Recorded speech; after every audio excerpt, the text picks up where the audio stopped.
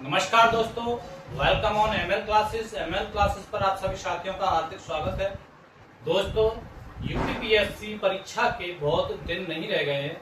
आज से हम यूपीपीएससी पीवाईक्यू की एक सीरीज प्रारंभ कर रहे हैं। इसके तहत हम मेजर सेगमेंट तक पहुंचने की कोशिश करेंगे और प्रयास करेंगे यहाँ से आपको मेजर क्वेश्चन देखने को मिले। पीवाईक्यू को हम कुछ इस तरह पढ़ेंगे कि इसके साथ बहुत सारे टॉपिक्स कवर होते जाएं और हम हमारे एग्जाम के पॉइंट ऑफ व्यू से काफी क्वेश्चन यहाँ देखने को मिले।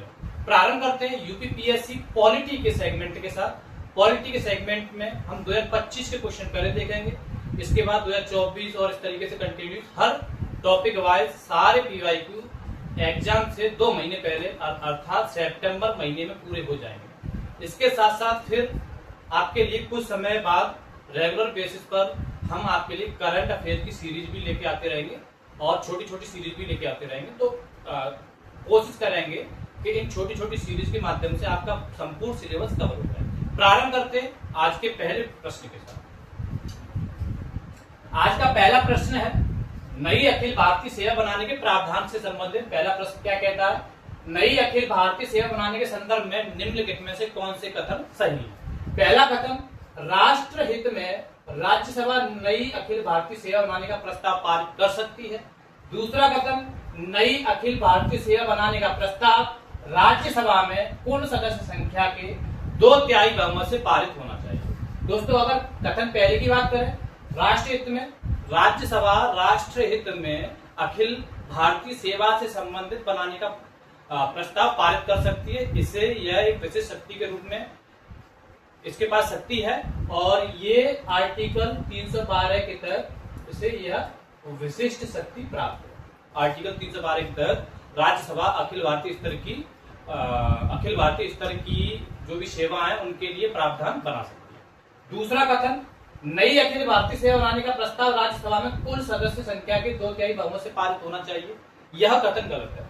कुल सदस्य संख्या के नहीं बल्कि उपस्थित एवं मतदान देने वाले सदस्यों के 2/3 बहुमत से यह पारित होना चाहिए। इसलिए दूसरा कथन आपका गलत हो जाएगा। इस तरीके से कथन एक केवल सही होगा, यानी डी आंसर इसका सही होगा। आगे बढ़ेंगे। अब इसमें एक्सप्लेनेशन दिया है, मैंने बताया अनुच्छेद 312 के तहत सृजन कर सकती है उपस्थित और मत देने वाले सदस्यों के कम से कम 2/3 बहुमत से। साथ ही साथ में अभी वर्तमान में अखिल भारतीय सेवाएं कितनी हैं? 3, IAS, IPS एंड IFS। ठीक है। और इसके साथ साथ अखिल भारतीय सेवा अधिनियम 1951 केंद्र सरकार को नियम बनाने का अधिकार देता है। साथ ही साथ यह शक्ति राज्यसभा की विशेष शक्ति के अंतर्गत शामिल मान जाए। ठीक है दोस्तों, इसके साथ साथ अगर मैं बात करूं, अगर बात हो रही है राज्यसभा की, दोस्तों जो राज्यसभा का गठन होता है वह आर्टिकल 80 के अंतर्गत राज्यसभा के गठन की बात की गई है। अब आर्टिकल 80 किस भाग के अंतर्गत आता है तो यह भी हमें पता होना चाहिए। यह राज्यसभा के बारे में जो बातें कही गई हैं वह आर्टिकल आपको 79 से लेकर के 92 तक देखने को मिलती है। ये भाग 5 के अंतर्गत हम पढ़ते हैं। भाग 5 के अध्याय 2 के अंतर्गत एक पाठ है। भाग 5 के अंतर्गत अध्याय 2 संसद, उसके अंतर्गत हम संसद के अंतर्गत हम राज्यसभा का पढ़ाई करते हैं। ठीक है, तो ये सारी चीजें स्पष्ट रूप से मुझे लगता है कि समझ में आ गई। आगे बढ़ेंगे। अब बात करेंगे राज्यसभा में सीटों का आवंटन किस प्रकार किया जाता है। तो राज्यसभा में सीटों के आवंटन से संबंधित बात सूची 1 में राज्य दिए हैं, सूची 2 में राज्यसभा में सीटों की संख्या दी है। अगर बात करेंगे महाराष्ट्र, तो महाराष्ट्र में राज्यसभा में कुल कितनी सीटें हैं? 19। कर्नाटक की अगर हम बात करेंगे तो कर्नाटक के पास जो राज्यसभा की सीटें हैं वो 12 हैं, बिहार 16 और तमिलनाडु को 18। इस तरीके से हमारा जो ऑप्शन सही होना चाहिए, पहले का तीसरा, यानी ए का तीसरा, बी का चौथा, ए का तीसरा, बी का चौथा, सी का पहला और डी का दूसरा, यानी कि इस तरीके से हमारे पास डी आंसर हमारा सही होना चाहिए। ठीक है। अच्छा, सबसे अधिक राज्यसभा की सीटें किस राज्य के पास है? तो उत्तर प्रदेश, कितनी? 31। उसके बाद दूसरे नंबर पर हमारा महाराष्ट्र आता है। ठीक है। अब इन 4 राज्यों की बात की जा रही है। अभी हाल ही में 2026 में 5 राज्यों में चुनाव हुए हैं, उनके बारे में मैं अलग से एक वीडियो बना करके बताऊंगा। ठीक है। महाराष्ट्र की अगर हम बात करें तो महाराष्ट्र के अभी सीएम कौन है वर्तमान? देवेंद्र फडणवीस है, सभी को पता है। इसके साथ साथ अगर हम यहाँ के गवर्नर की बात करें, इसके गवर्नर कौन है, यानी कि राज्यपाल। अगर राज्यपाल की बात की जाए, ये सारी चीजें हमें पता होनी चाहिए। राज्यपाल है जिष्णुदेव वर्मा, जिष्णुदेव वर्मा। ठीक है। बात करें कर्नाटक की, तो कर्नाटक के सीएम कौन है? कर्नाटक के सीएम है शिव कुमार जी हैं। कौन है? डीके शिव कुमार।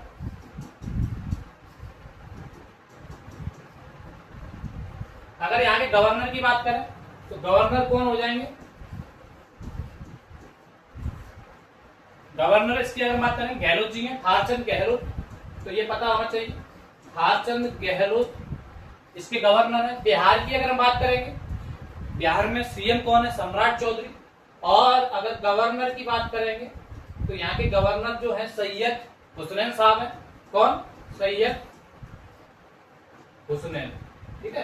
तो ये हमें साथ ही साथ में गवर्नर भी पता होने चाहिए।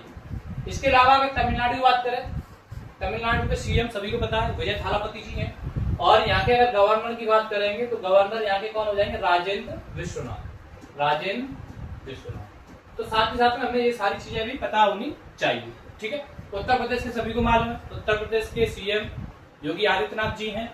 और गवर्नर की बात करेंगे तो श्रीमती आनंदी पटेल। ठीक है। आगे बढ़िएगा।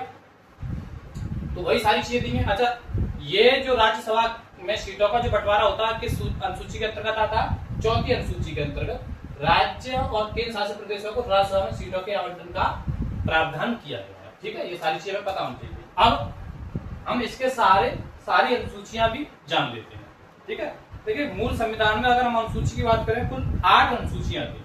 फिर 9, 10, 11, 12 अनुसूचियां भारतीय संविधान के संशोधन के द्वारा शामिल की गई।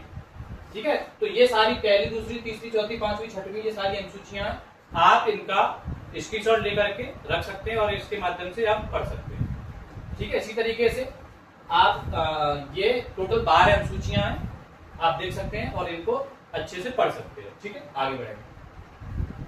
अब संविधान के भाग एवं उनके विषय संबंधी प्रश्न है। क्या है? भारतीय संविधान के भाग और उनके विषय का निम्नलिखित में से कौन सा युग्म सही सुमेलित है?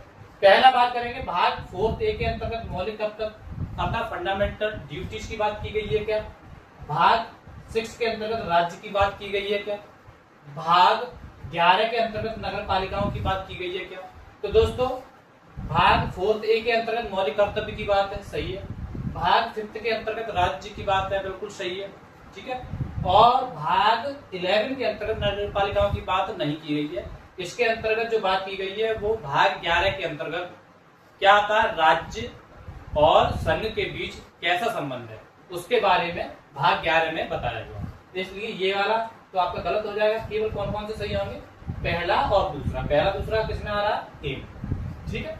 तो ये सारी चीजें हमें स्पष्ट रूप से पता होनी चाहिए। ठीक है। ये हमने देखा। अच्छा, जो मौलिक कर्तव्य है, मौलिक कर्तव्य भी संविधान संशोधन के द्वारा जोड़े गए थे। कौन से संविधान संशोधन के द्वारा? 42वें संविधान संशोधन 1976 के द्वारा। 42वें संविधान संशोधन 1976 के द्वारा संविधान में बहुत सारे परिवर्तन किए गए थे, इसलिए इसे हम मिनी कॉन्स्टिट्यूशन भी कहते हैं। ठीक है। अच्छा, इसके द्वारा फंडामेंटल ड्यूटी से संबंधित जो आर्टिकल जोड़ा गया था, कौन सा था? Article 51A। ये सारी चीजें जब भाग 6 के अंतर्गत राज्य की बात है, कहां से कहां तक आर्टिकल आते हैं? 152 से लेकर के 237 तक। भाग 11 की मैंने बात की, संघ और राज्यों में किस संबंध, और आर्टिकल भाग 11 में आर्टिकल 245 से 263 तक आर्टिकल हमें देखने को मिलते हैं। अगर बात करें नगर पालिका फिर किस भाग के अंतर्गत आ रही है, तो नगर पालिका आपकी भाग 9A के अंतर्गत आ रही है। किसके अंतर्गत? भाग 9A के अंतर्गत। आर्टिकल की बात करेंगे तो आर्टिकल आपको देखने को मिलेगा 243P से 243ZG के अंतर्गत। ठीक है। साथ ही साथ में ये जो भाग जोड़ा गया था नगर पालिकाएं, ये जोड़ी गई थी 74वें संविधान संशोधन 1992 के द्वारा जोड़ी गई। तो ये सारी चीजें हमें पता होनी चाहिए। अब मैं भागों की बात करूं तो ये सारे भाग आपको दिए गए, ये हमें पता होना चाहिए किस भाग के अंतर्गत कौन से आर्टिकल्स हमें पढ़ने होते हैं और किस भाग का क्या नाम है। भाग 1 की अगर बात करेंगे तो संघ और उसका क्षेत्र, आर्टिकल 1 to 4। भाग 2 की बात करेंगे, नागरिकता की बात की गई है, आर्टिकल 5 से 11। भाग 3 की अगर बात करेंगे तो भाग 3 के अंतर्गत मूल अधिकारों की बात की गई है, आर्टिकल 12 से लेकर के 35 तक। भाग अगर 4 की बात करेंगे तो राज्य के नीति निर्देशक तत्व अर्थात डीपीएसपी की बात की गई है, आर्टिकल 36 से लेकर के 51 तक। भाग अगर 5 की बात करेंगे तो मूल कर्तव्य मैंने अभी आपको बताया, और मूल कर्तव्य में कौन सा आर्टिकल जोड़ा गया, आर्टिकल 51A। भाग 6 की बात करेंगे हम संघ की सरकार, आर्टिकल 52 से लेकर के आर्टिकल 151 तक। भाग 7 राज्यों की सरकार है। भाग 8 केंद्र शासित प्रदेश। भाग 9 पंचायत, भाग 9 में पंचायत, और भाग 9A में क्या था, नगर पालिका। दोनों चीजें ध्यान रखिएगा। भाग 10 के अंतर्गत अनुसूचित और जनजातीय क्षेत्रों की बात की गई है। भाग 11 के अंतर्गत संघों और राज्यों के बीच कैसा संबंध होना चाहिए बताया था। इसके अलावा भाग 12 के अंतर्गत वित्त, संपत्ति, अनुबंध और वाद संबंधी प्रावधान की बात की गई है। भाग 13 के अंतर्गत व्यापार, वाणिज्य और संघ के भीतर आवागमन की स्वतंत्रता के बारे में अनुच्छेद 301 से 307 के बारे में बताया गया। इसके साथ भाग 14 में सेवाओं से संबंधित प्रावधान किए गए। सेवाओं संबंधित जैसे कि अभी अखिल भारतीय स्तर की जो सेवाएं थी वो भी भाग 14 के अंतर्गत ही आएंगी। भाग 15 के अंतर्गत चुनाव संबंधी प्रावधान। भाग 16 के अंतर्गत विशेष प्रावधान। भाग 17 के अंतर्गत भाषा संबंधी प्रावधान। भाग 18 के अंतर्गत आपातकालीन प्रावधान। ठीक है। भाग 19 के अंतर्गत संविधान के संशोधन की प्रक्रिया क्या रहने वाली है। भाग 20 के अंतर्गत अस्थायी संक्रमणकालीन और विशेष उपबंध। भाग 21 के अंतर्गत उपबंध जिसमें अनुसूचियां और संशोधन शामिल हैं, और भाग 22 के अंतर्गत लघुनाम, प्रारंभ और अनुच्छेदों की संख्या। इस तरीके से ये हमें सारे बात पता होने चाहिए। ठीक है, आगे बढ़ेंगे, बात करेंगे नए प्रश्न की। भारत के निम्नलिखित राज्यों के गठन पर विचार कीजिए तथा इन्हें सबसे पहले से लेकर आखिरी तक के सही कालक्रम में व्यवस्थित कीजिए। देखिए, बात करेंगे पंजाब, अरुणाचल प्रदेश, नागालैंड और सिक्किम की। तो इनमें सबसे पहले जो जिसका गठन हुआ नागालैंड का 1963 में। फिर बात आती है पंजाब की 1966 में हमें देखने को मिलता है। ठीक है, तो पहले नागालैंड, फिर पंजाब, फिर आपका सिक्किम और फिर अरुणाचल प्रदेश। इस तरीके से जो ऑप्शन होना चाहिए वह सी ऑप्शन होना चाहिए। इनमें कब कब संशोधन करके इन्हें पूर्ण राज्य बनाया गया, देखिए नागालैंड 1963 में, 13वें संविधान संशोधन हुआ था 1962। उसके तहत इसे 1 दिसंबर 1963 को राज्य बनाया गया। पंजाब 1966 में यह साहा आयोग की सिफारिश पर, किसकी सिफारिश पर, साहा आयोग की सिफारिश पर पंजाब पुनर्गठन अधिनियम 1966 के द्वारा पंजाब का गठन किया गया। सिक्किम की बात करेंगे, 36वें संविधान संशोधन 1975 के द्वारा यह भारत का 22वां राज्य बना। अरुणाचल प्रदेश 1987 में 20 फरवरी 1987 को इसे पूर्ण राज्य का दर्जा दिया गया। तो ये सारा कालक्रम हमें पता होना चाहिए। आगे बढ़ेंगे दोस्तों, आगे प्रश्न है, नगर पालिका के संदर्भ में निम्नलिखित में से कौन सा कथन सही है। तो पहला स्टेटमेंट है, नगर पालिका सदस्य बनने के लिए अर्हता आयु 25 वर्ष है। यह गलत है। नगर पालिका का सदस्य बनने के लिए अर्हता आयु 21 वर्ष निर्धारित की गई है। ठीक है, और एमएलए बनने के लिए कितनी आयु निर्धारित की गई है, 25 वर्ष। ठीक है, नगर पालिका में सीधे चुनाव से आने वाले कुल सदस्य संख्या का 1/3 स्थान महिलाओं के लिए आरक्षित है। तो यह कथन सही है, अर्थात केवल आंसर इसका क्या होगा, सी इज द राइट आंसर। ठीक है, आगे बढ़िएगा, ये इसका एक्सप्लेनेशन है, वही सारी चीजें हैं तो आप समझ सकते हैं। मैंने बताया नगर पालिका को 74वें संविधान संशोधन 1992 के द्वारा संवैधानिक दर्जा दिया गया, और अगर अनुसूची की बात करें 12वीं अनुसूची में नगर पालिकाओं के लिए 18 विशिष्ट कार्य वर्णित है। ठीक है, आगे बढ़ेंगे, लोक लेखा समिति यानी पब्लिक अकाउंट्स कमेटी की बात की जाए तो इसके तहत कौन कौन सा कथन सही है। लोक लेखा समिति अपनी रिपोर्ट लोकसभा को सौंपती है। दूसरा कथन, लोक लेखा समिति में राज्यसभा के 15 सदस्य होते हैं। तो दोस्तों पहला कथन सही है, लोक लेखा समिति अपनी रिपोर्ट लोकसभा अध्यक्ष अर्थात स्पीकर को सौंपती है, पहला सही है। लोकसभा में राज्यसभा के 15 सदस्य नहीं होते। ये लोक लेखा समिति में राज्यसभा के 7 सदस्य होते हैं और लोकसभा के 15 सदस्य होते हैं। इस तरीके से टोटल 22 सदस्यों की यह समिति बनती है। इस तरीके से दूसरा कथन आपका गलत होगा, पहला सही होगा, यानी कि D is the right answer. ठीक है, आगे बढ़ेंगे। अब लोकसभा को, ठीक है, तो वही सारी चीजें बताई गई हैं। अब इसमें एक चीज जाननी है, यह भारत की सबसे पुरानी वित्तीय समिति है, सबसे पुरानी। इसका गठन हुआ था 1921 में, भारत शासन अधिनियम 1919 के तहत। परंपरा के अनुसार इस समिति का अध्यक्ष हमेशा परंपरा के अनुसार विपक्ष का नेता होता है। संविधान में कहीं उल्लेख नहीं किया गया, लेकिन एक परंपरा बनी चली आ रही है कि इस समिति का जो अध्यक्ष होगा वह कौन होगा, लोकसभा का अध्यक्ष, यानी वर्तमान में कौन होगा, राहुल गांधी। यह सीएजी यानी नियंत्रक एवं महालेखा परीक्षक की रिपोर्टों की जांच करता है। ठीक है, तो ये सारी चीजें हमें पता होनी चाहिए। आगे बढ़िएगा। जनहित याचिका पीआईएल एवं कानून का शासन। पहला कथन है भारत में जनहित याचिका कानून के शासन के लिए आवश्यक है। कारण है जनहित याचिका सामाजिक और आर्थिक रूप से कमजोर वर्गों को न्याय तक प्रभावशाली पहुंच प्रदान करता है। देखिए, जब पीआईएल लाने का मुख्य उद्देश्य ही यही था कि वह सामाजिक और आर्थिक रूप से कमजोर वर्गों तक प्रभावशाली तरीके से न्याय पहुंचाया जा सके। इसके अलावा किसी पर्टिकुलर व्यक्ति के ब्याह पर कोई तीसरा व्यक्ति भी पीआईएल याचिका दायर कर सकता है। ठीक है, तो पहला कथन और कारण दोनों सही है, और कारण कथन की सही व्याख्या करता है। इस तरीके से जो इसका हमारा आंसर सही होना चाहिए वह डी आंसर होना चाहिए। अब पीआईएल के अगर हम जनक की बात करेंगे तो पीआईएल के जनक न्यायमूर्ति पीएन भगवती एवं वीआर कृष्ण अय्यर है। ठीक है, इसके साथ साथ पीआईएल में लोकस स्टैंडाई के पारंपरिक नियम को शिथिल किया गया। ये सारे चीजें हमें पता होती है। आगे बढ़ेंगे। संसदीय शासन प्रणाली से संबंधित प्रश्न है, कथन और कारण संबंधी। कथन है भारत में संसदीय शासन प्रणाली है। दूसरा, भारत में कार्यपालिका व्यवस्थापिका के प्रति उत्तरदायी होती है।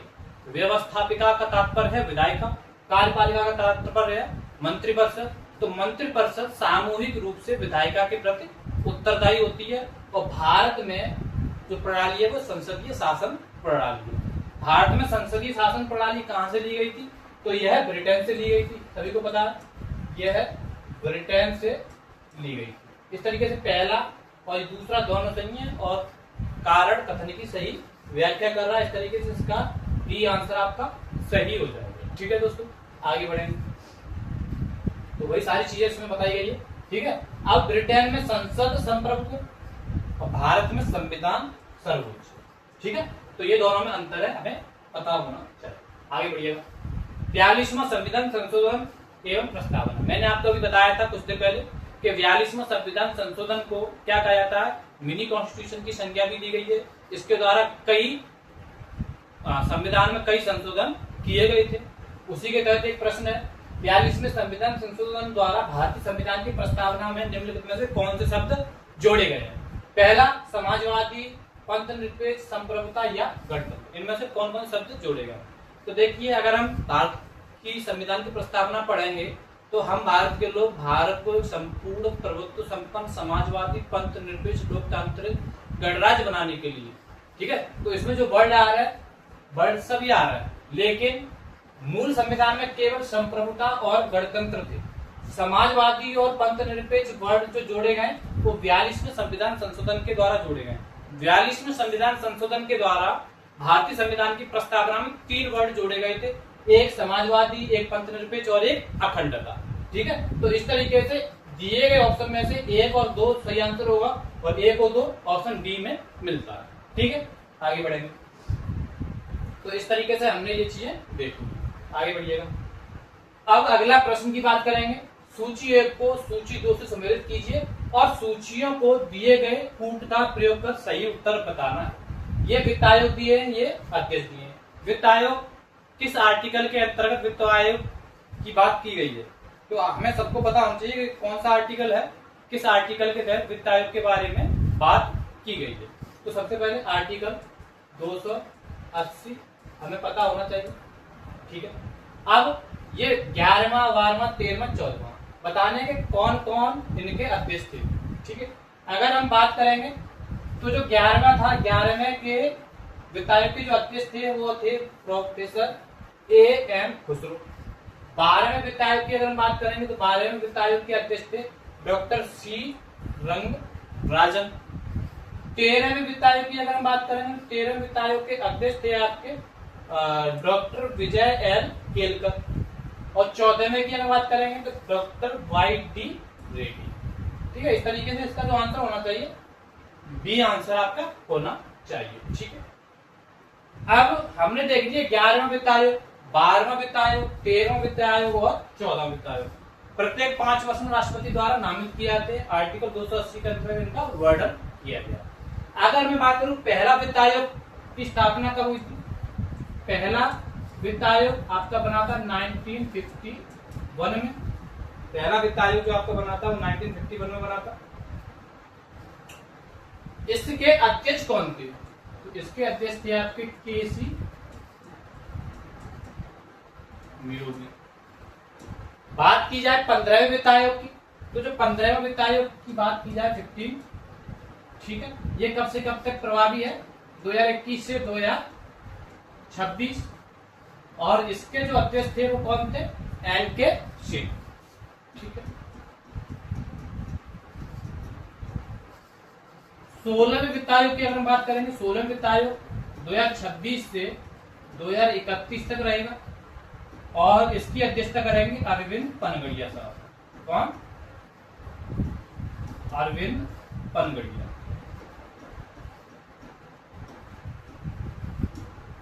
ठीक है, तो ये सारी चीजें हमें पता होनी चाहिए। आगे बढ़िएगा। सूची 1 को सूची 2 से सुनिश्चित करना है। ये लोकसभा के अध्यक्ष हैं। लोकसभा के अध्यक्षों को यानी कि लोकसभा के क्रम के अनुसार व्यवस्थित करना है। ठीक है, सूची 1 11वीं लोकसभा, 12वीं लोकसभा, 14वीं लोकसभा और 17वीं लोकसभा।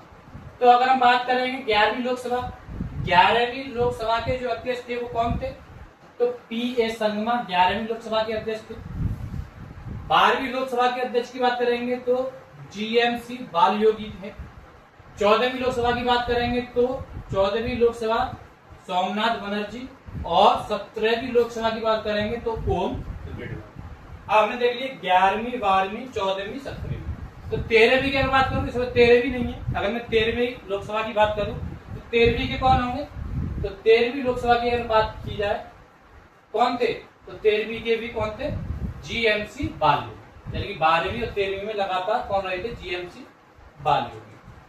ठीक है, इसके बाद 14वीं हो गई। 15वीं की अगर हम बात करेंगे, 15वीं लोकसभा के अध्यक्ष मीरा कुमार। 16वीं की अगर हम बात करेंगे तो 16वीं लोकसभा के अध्यक्ष कौन थे? सुमित्रा महाजन।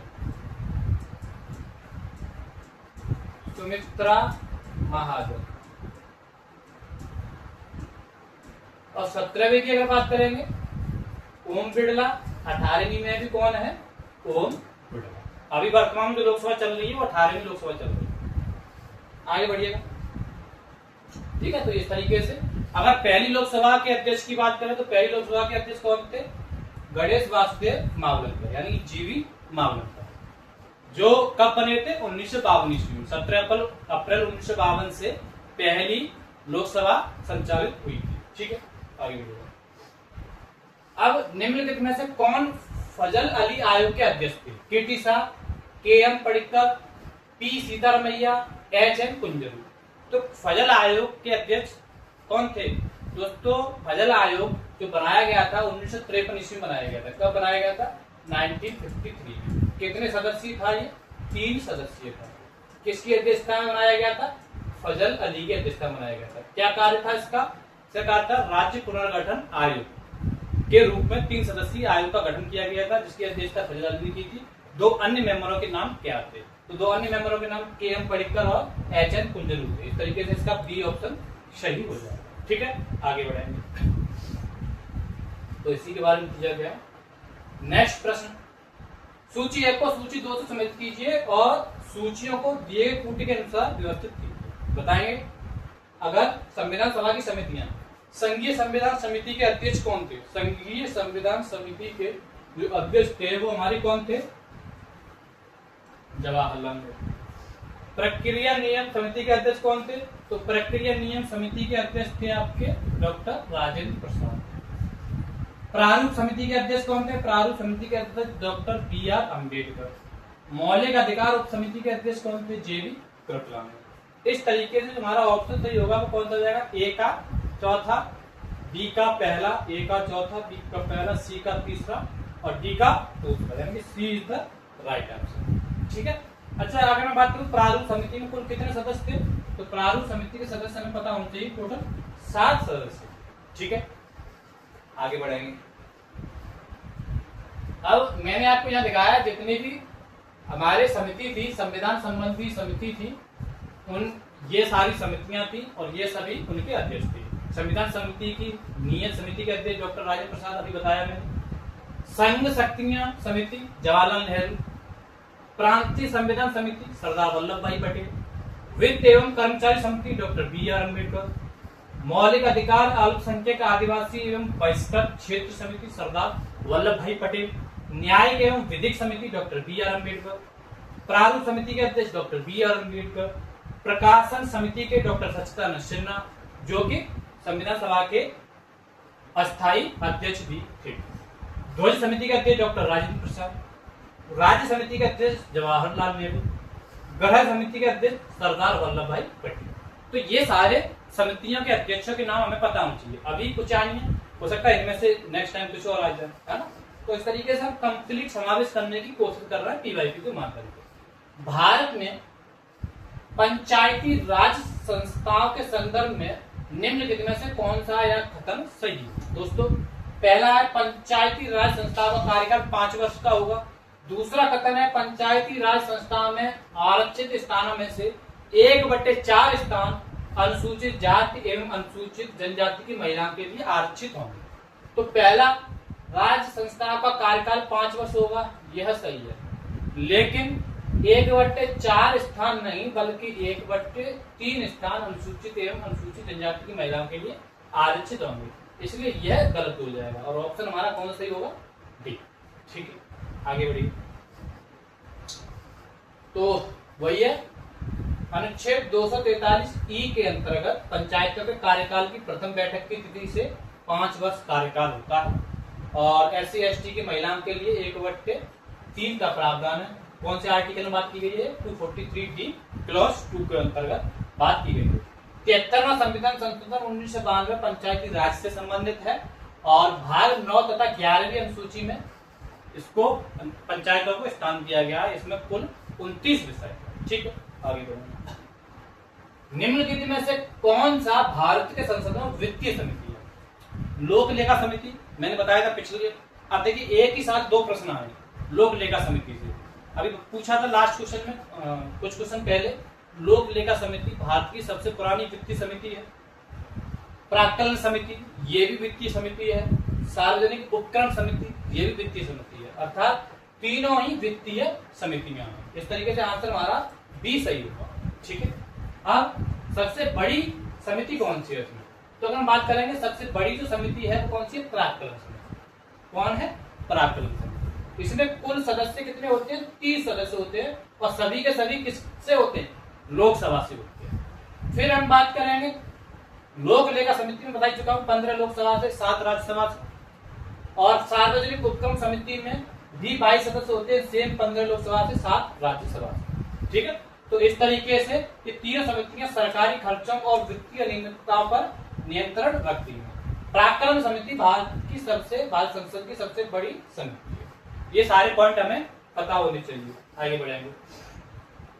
निम्नलिखित भाषाओं में से कौन सी भारतीय संविधान की 8वीं अनुसूची में शामिल नहीं?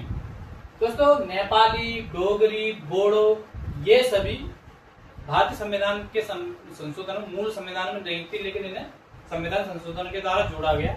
लेकिन भोजपुरी को 22 भाषाओं के अंतर्गत स्थान नहीं मिला है, यानी ये नहीं होगी। इस तरीके से D is the right answer. अब हम देख लेते हैं कि वर्तमान मूल संविधान में टोटल कितनी भाषाएं थी? 14। वर्तमान में कितनी है? 22, यानी 8 भाषाओं को बाद में संविधान संशोधन के द्वारा जोड़ा गया है। नेपाली कब जोड़ी गई थी? 71 में संविधान संशोधन 1992 के द्वारा जोड़ी गई थी।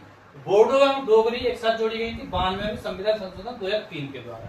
ठीक है, तो साथ में मैथिली और संथाली भी इसके साथ जोड़ी गई थी। बोडो, डोगरी, मैथिली, संथाली, यानी 1 2 3 4 5 तो ये होगा। एक जोड़ी गई थी 71वें के द्वारा, 4 जोड़ी गई है 92वें संविधान संशोधन 2003 के द्वारा। ठीक है, भोजपुरी संविधान की 8वीं अनुसूची में शामिल नहीं। साथ ही साथ में अंग्रेजी और राजस्थानी भाषा भी 8वीं अनुसूची में शामिल नहीं है, ये भी हमें पता होना चाहिए। अब ये कुल 8 भाषाएं थी भारतीय संविधान की 8वीं अनुसूची में। ये भाषाएं थी हिंदी, अंग्रेजी, असमिया, बंगाली, गुजराती, कन्नड़, कश्मीरी, मलयालम, मराठी, उड़िया, पंजाबी, संस्कृत, तमिल, तेलुगु। इसमें ये जो है अंग्रेजी तो है, मैं अंग्रेजी गलत बोल गया था। ठीक है, राजस्थानी भाषा 8वीं अनुसूची में शामिल नहीं है और भोजपुरी नहीं शामिल है, अंग्रेजी है। ठीक है, ध्यान दीजिए। तो इस तरीके से मूल संविधान में कितनी भाषाएं थी? 14 भाषाएं। ठीक है, संविधान लागू होने की तिथि 26 जनवरी 1950 से ये लागू हो गई। बाद में 8 भाषाएं जोड़ी गई। कौन कौन सी जोड़ी गई थी? सिंधी 21 जून 1967 को 21वें संविधान संशोधन द्वारा, कोंकणी को भी 21वें संविधान संशोधन द्वारा, और मणिपुर को 71वें संविधान संशोधन के द्वारा जोड़ा गया। नेपाली भी बताई थी मैंने, 71वें संविधान संशोधन के द्वारा 2 जोड़ी गई, एक मणिपुरी और एक नेपाली, और 4 बोडो, डोंगरी, संताली, मैथिली, ये 3 तो जोड़ी गई है 92वें संविधान संशोधन के द्वारा, और मैथिली जोड़ी गई है 96वें संविधान संशोधन के द्वारा। ठीक है, इस तरीके से किसी भाषा को 8वीं अनुसूची में शामिल करने से उस भाषा को विशेष संवैधानिक मान्यता मिल जाती है और केंद्र तथा राज्य सरकार द्वारा उनकी रक्षा, प्रचार प्रसार और विकास का दायित्व होता है। ठीक है, आगे बढ़ेंगे। भारत के निम्नलिखित राष्ट्रपतियों के कार्यकाल पर विचार कीजिए तथा इन्हें सबसे पहले से लेकर के आखिरी तक कालक्रम में लगाएं। तो अगर हम बात करें नीलम संजीव रेड्डी, ठीक है, KR Narayan, doctor APJ Abdul Kalam और R वेंकटरमण। देखिए नीलम संजीव रेड्डी के बाद अगर मैं इनमें देखूं तो नीलम संजीव रेड्डी के बाद जो राष्ट्रपति बने थे वो ज्ञानी जैल सिंह, उनका नाम यहाँ पर नहीं है।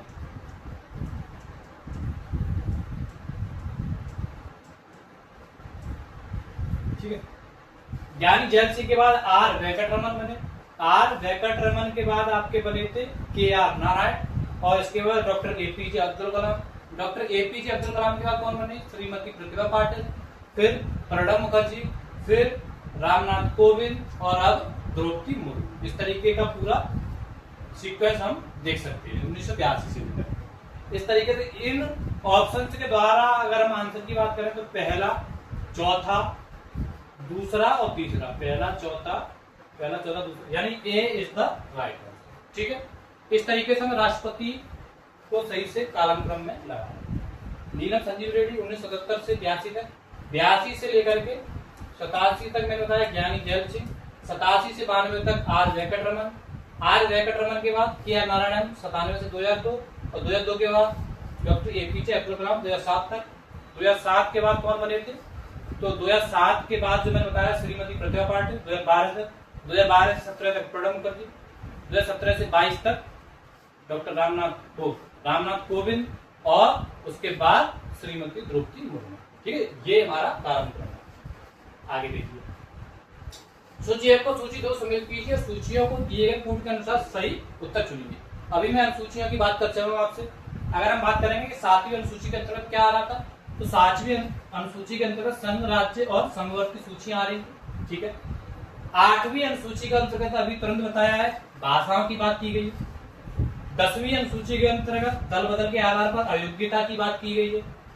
9वीं अनुसूची की बात करें तो कुछ अधिनियमों और विनियमों का सत्यापन किया जाएगा। ठीक है, और इस तरीके से इसका जो आंसर होना चाहिए पहले का तीसरा, A का तीसरा, B का पहला, C का चौथा और D का दूसरा, तीसरा, ये यानी B आंसर हमारा सही हो जाना चाहिए। ठीक है, आगे बढ़ेंगे नेक्स्ट क्वेश्चन पर। ये सारी चीज बताई गई। भारत के उपराष्ट्रपति के संदर्भ में निम्नलिखित में से कौन सा कथन सही है? तो उपराष्ट्रपति राज्यसभा के पदेन सभापति होते हैं, बिल्कुल सही है। उपराष्ट्रपति राज्यसभा के सदस्य होते हैं, ये कथन गलत है। राज्यसभा के सदस्य नहीं होते हैं। ठीक है, पदेन सभापति होते हैं, लेकिन वह किसी भी सदन के सदस्य नहीं होते हैं। लेकिन अगर उन्हें अपना मत देना पड़ जाए, यानी कि निर्णायक मत देना पड़े, तो निर्णायक मत दे सकते हैं, ठीक है, लेकिन निर्णायक मत वो दे सकते हैं। इस तरीके से पहला सही होगा, दूसरा गलत होगा। तो कौन सा आंसर होगा? केवल डी, यानी कि ये आंसर हमारा सही हो जाएगा। अगर मैं बात करूं वर्तमान में उपराष्ट्रपति कौन है, तो सीपी राधाकृष्णन। कौन है? सीपी राधाकृष्णन। मैंने बताया था उपराष्ट्रपति की जो बात की गई है वो भाग 5 के अंतर्गत, उपराष्ट्रपति की बात भाग 5 के अंतर्गत की गई है, आर्टिकल 63 से लेकर के 71 भाग 5। ठीक है, ये सारी चीजें हमें स्पष्ट रूप से पता होनी चाहिए। तो यही सारी चीजें इसमें दी है। चलिए आगे बढ़ते हैं। भारत में निम्नलिखित चुनाव सुधारों पर विचार कीजिए तथा इन्हें सबसे पहले से लेकर के आखिरी क्रम तक व्यवस्थित कीजिए। मतदाता फोटो पहचान पत्र, electronic voting machine, voter verifiable paper audit trail या नोटा। तो इनमें से सबसे पहले कौन आया था? इलेक्ट्रॉनिक वोटिंग मशीन आई। इसके बाद कौन आया था? ईपीआईसी, फिर वीवीपैट और फिर नोटा। तो 2 1 3 4 2 1 3 4, यानी कि ये आंसर हमारा सही हो जाएगा। ठीक है, अब ये कब आए थे? तो हमें पता है जो ईवीएम आया था 1982 में, ईपीआईसी 1993 में, और वीवीपैट एवं नोटा 2013 में ही दोनों की शुरुआत हुई। ईवीएम का 100% प्रयोग कब हुआ था? 2004 के आम चुनाव में। ठीक है, तो ये सारी चीजें हमें पता होनी चाहिए। आगे वाला प्रश्न, संसद की संयुक्त बैठक के संदर्भ में निम्नलिखित में से कौन सा कथन सही है? तो भारत के संविधान का अनुच्छेद 109 संसद की संयुक्त बैठक का प्रावधान करता है, यह कथन गलत है। 109 नहीं बल्कि 108 करता है। 109 धन विधेयक से संबंधित आर्टिकल है। दूसरा, संविधान संशोधन विधेयक को पारित करने के लिए संसद की संयुक्त बैठक आहूत की जाती है। तो संविधान संशोधन विधेयक को पारित करने के लिए नहीं बल्कि साधारण विधेयकों को पारित करने के लिए यह बैठक आहूत की जाती है। इस बैठक को बुलाता कौन है? राष्ट्रपति, और इसकी अध्यक्षता करता है लोकसभा का अध्यक्ष। ठीक है, इस तरीके से ये वाला कथन भी आपका गलत हो जाएगा, यानी पहला दूसरा दोनों गलत, तो न तो एक न, यानी B is the right answer. ठीक है, तो वही सारी चीजें इसमें दी हुई है। आगे बढ़ेंगे नेक्स्ट प्रश्न पर। नीति निर्देशक डीपीएसपी से संबंधित यह कथन है, कारण वाला प्रश्न है। कथन क्या है? आधुनिक लोकतांत्रिक राज्य में आर्थिक, सामाजिक और राजनीतिक कार्यों हेतु निर्देशक सिद्धांत महत्वपूर्ण है। दोस्तों आपको पता है डीपीएसपी भाग 4 के अंतर्गत आए जाते हैं। भाग 4 के अंतर्गत लोक कल्याणकारी राज्य की बात की गई है और संविधान के द्वारा राज्यों को निर्देश दिए गए कि अपने राज्यों के लिए लोक कल्याणकारी कार्य करें, है, और कुछ निर्देश दिए गए। तो पहला कथन आपका सही हो जाएगा। दूसरा, आर्थिक और सामाजिक लोकतंत्र की स्थापना करना ही निर्देशक सिद्धांतों का मूल उद्देश्य है, यह भी सही है। इस तरीके से कारण कथन की सही व्याख्या भी कर रहा है, तो हमारा D is the right answer. D हमारा आंसर सही हो जाएगा। यह इसके ऑप्शन वो डिटेल्ड एनालिसिस है, कल्याणकारी राज्य की बात की गई है। ठीक है, डीपीएसपी का उद्देश्य क्या है? सामाजिक और आर्थिक लोकतंत्र स्थापित करना, जिससे आधुनिक लोकतंत्र सुचारू संचालन हेतु कार्यरत रहे। डीपीएसपी हमारे कहां से लिए गए? तो डीपीएसपी आयरलैंड से लिए गए हैं। यह गैर न्यायोचित अर्थात इन्हें अदालत द्वारा लागू नहीं करवाया जा सकता, नॉन जस्टिसिएबल है, यानी कि इनके लिए आप सरकार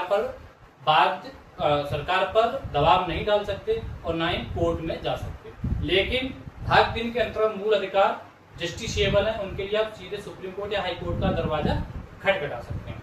ठीक है, तो इस तरीके से हमने 2025 में आए हुए पॉलिटी के क्वेश्चंस को समग्र रूप से समझने का प्रयास किया। इस तरीके से इसके बाद में 2024 से लेकर के 2010 तक के पूरे क्वेश्चंस लाने का एक साथ प्रयास करूंगा और पूरे 2 से 3 घंटे की क्लास होगी। इस तरीके से हम पॉलिटी का पूरा सेगमेंट खत्म कर लेंगे और पॉलिटी के जो क्वेश्चन आपको मेजर देखने को मिलेंगे उसमें 50% क्वेश्चन इन्हीं पीवाईक्यू से आपको देखने को मिलेंगे, ऐसा मेरा पूरा दावा है। इसी तरीके से हम हर सब्जेक्ट को कवर करते हुए चलेंगे आगे। इसी तरीके से हमारी क्लास अगर आपको देखनी है और क्लास समझ में आ रही है तो आप हमारे साथ जुड़े रहिएगा। पीडीएफ हमारी टेलीग्राम चैनल पर आपको मिल जाएगी। टेलीग्राम चैनल की अगर हम बात करेंगे तो ML क्लासेस सिकोहावाद के नाम से आप सर्च करेंगे, आपको मिल जाएगा ML क्लासेस सिकोहावाद। इसके साथ आपको किस टॉपिक से रिलेटेड वीडियो चाहिए, आप कमेंट सेक्शन में जाकर के, टेलीग्राम पर जाकर के हमसे आप वार्ता कर सकते हो। नमस्कार, जय हिंद, जय भारत।